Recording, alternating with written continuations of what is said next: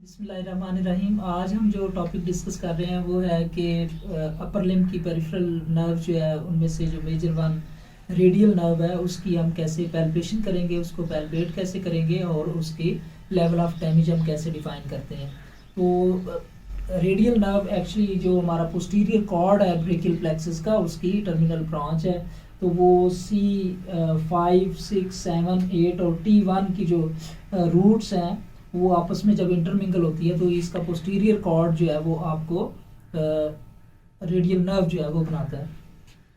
तो radial nerve जो है ये एक्सिला के लेवल पे भी डैमेज हो सकती है, और ये हमारा जो ह्यूमरस की जो शैफ्ट है उसके मिड शैफ्ट फ्रैक्चर के लेवल पे, उस लेवल पे भी डैमेज हो सकती है रेडियल ग्रूव में।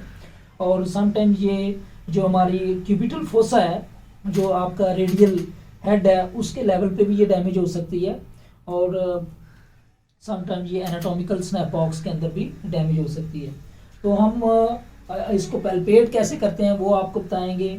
ये जब हम पोस्टीरियर एक्सिलरी फोल्ड से, ये नर्व एक्सिला से जो हमारी एक्सिलरी आर्टरी है उसके पोस्टीरियर कॉर्ड जो है, ये जब इस एक्सिला के अंदर से बाहर इधर आता है पोस्टीरियर कंपार्टमेंट में, तो इधर ये जो हमारा पोस्टीरियर एक्सिलरी फोल्ड है ये टीरिस माइनर और लेटिस टॉर्साई और लेटरल साइड पे आपकी ह्यूमरस है, और लॉन्ग हेड ऑफ जो है वो आपका ट्राइसेप्स का पड़ा हुआ है। तो उससे ये इमर्ज होती है, बाहर निकलती है और पोस्टीरियर कंपार्टमेंट में आ जाती है।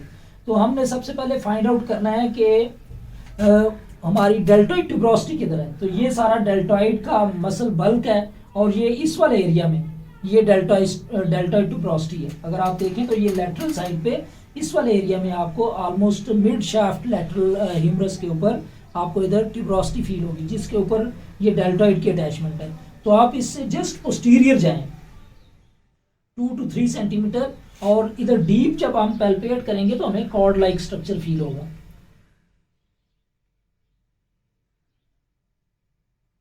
इस वाले एरिया में कॉर्ड लाइक स्ट्रक्चर फील होगा। ये रेडियल ग्रूव का एरिया है, और ये जो हमारी ह्यूमरस की शैफ्ट है उसके ऊपर हमें कॉर्ड लाइक स्ट्रक्चर फील हो रहा है। तो ये एक्चुअली रेडियल नर्व है। तो रेडियल नर्व को हम एक और एरिया पे पैल्पेट कर सकते हैं कि we have to find the lateral epicondyle. तो लेटरल एपिकोंडाइल से क्यूबिटल फोसा वाली साइड पे आप जाएंगे तो इधर डीप आपको स्ट्रक्चर फील होगा। तो इस वाले लेवल पे भी आपको रेडियल नर्व जो है वो पैल्पेट हो सकती है। ये इधर डीप ये स्लिप कर रही है, ये फील हो रही है, ये अच्छा। थर्ड, इस वाले एरिया में सुपिनेटर मसल है। तो ये सुपिनेटर टनल से पास करती हुई इधर 2 ब्रांचेस में डिवाइड हो जाती है, सुपरफिशियल ब्रांच और डीप ब्रांच।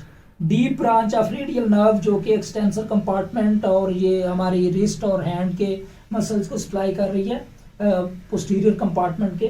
तो ये जो है इसको हम पोस्टीरियर इंट्रोशियस नर्व भी बोलते हैं।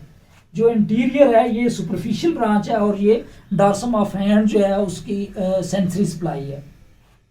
तो इधर हम एनाटॉमिकल स्नैप बॉक्स के अंदर ये ऐसे करें, एक्सटेंड करें हम ये, तो ये हमारा एनाटॉमिकल स्नैप बॉक्स है। तो हमने एनाटॉमिकल स्नैप बॉक्स फाइंड करना है रिलैक्स। तो उसके बाद इस एरिया में भी हम इसको पैल्पेट कर सकते हैं। तो ये हमें पैल्पेट हो रही है इस वाले एरिया में। तो ये superficial branch of radial nerve है। अच्छा, अगर ये एक्सिला के लेवल पे डैमेज होगी रेडियल नर्व, तो क्या होगा कि चूंकि इसने एक्सटेंसर कंपार्टमेंट जो आपका आर्म है उसको भी अभी सप्लाई नहीं दी, और फोर आर्म के एक्सटेंसर कंपार्टमेंट को भी सप्लाई नहीं दी, ना ही मोटर और ना ही सेंसरी। तो मोटर सारी सेंसेशंस जाएंगी, पेशेंट एल्बो एक्सटेंड नहीं कर पाएगा और रिस्ट एक्सटेंड नहीं कर पाएगा, फिंगर्स एक्सटेंड नहीं कर पाएगा। तो ये इसकी मोटर डैमेज होगी। सेंसरी में इसकी lower lateral cutaneous nerve of arm, posterior cutaneous nerve of arm, और जो posterior cutaneous nerve of four arm, ये जो स्ट्रीक है मिडल वाला पार्ट जो है ये भी डैमेज होगा, इधर सेंसरी सप्लाई नहीं होगी। और जो हैंड है इसकी ये जो लेटरल 2.5 फिंगर जो है, ये रिंग फिंगर जो है, इस वाले एरिया तक ये सारा डॉर्सम ऑफ हैंड जो है ये भी सेंसरी सप्लाई नहीं होगी। पेशेंट को टच करेंगे तो फील नहीं होगा अगर ये एक्सिला के लेवल पे डैमेज। तो एक्जिला के लेवल पे कैसे डैमेज हो सकती है? Sometimes patient Saturday night palsy के साथ प्रेजेंट करता है कि सारी रात वो उसने एल्बो ऐसी रखी हुई है, एक्जिला ऐसी रखी है, ये ब्रिम ऑफ जो है चेयर जो है उसके ऊपर, तो वो नर्व कंप्रेस होकर इसको डैमेज कर सकती है। या समटाइम्स प्रॉक्सिमल ह्यूमरस का फ्रैक्चर हो तो उस वक्त भी इस एरिया में डैमेज हो सकता है। समटाइम्स ये जो क्रच होती है, जो क्रच यूज करते हैं, तो वो अगर बहुत ज्यादा फोर्सफुली इसके ऊपर प्रेशर रखते हैं तो इसकी कंप्रेशन की वजह से भी एक्जिला में रेडियल नर्व डैमेज होगी। तो रेडियल नर्व अगर एक्जिला के लेवल पे डैमेज होगी तो मोटर सेंसरी दोनों लॉस्ट होंगे, extensor compartment of arm and four arm, wrist and hand. Clear है? अगर ये इस वाले रेडियल ग्रूव के लेवल पे डैमेज हो तो रेडियल ग्रूव के लेवल पे डैमेज कैसे हो सकती है? समटाइम्स शैफ्ट ऑफ ह्यूमरस का फ्रैक्चर होगा या इंजेक्शन पॉलिसी हो जाती है। लोग इंजेक्शन इस एरिया पे ट्राइसेप्स पे लगाने की कोशिश करते हैं और वो नर्व को डैमेज कर देते हैं।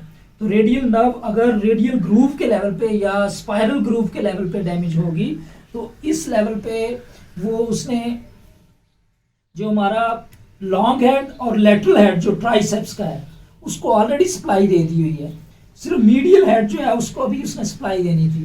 तो मीडियल हेड डैमेज होगा ट्राइसेप्स का, पेशेंट जो है एल्बो एक्सटेंड कर लेगा लेकिन एल्बो एक्सटेंशन जो है वो वीक होगी जरा, तो क्योंकि उसका मीडियल हेड जो है ट्राइसेप्स का वो डैमेज हो चुका है और एक्सटेंसर कंपार्टमेंट सारा ही डैमेज होगा और अनअपोज्ड एक्शन ऑफ फ्लेक्सर की वजह से वो अपनी रिस्ट ऐसे रखेगा, वो एक्सटेंड नहीं कर पाएगा, वो फिर नीचे गिर जाएगी ऐसे।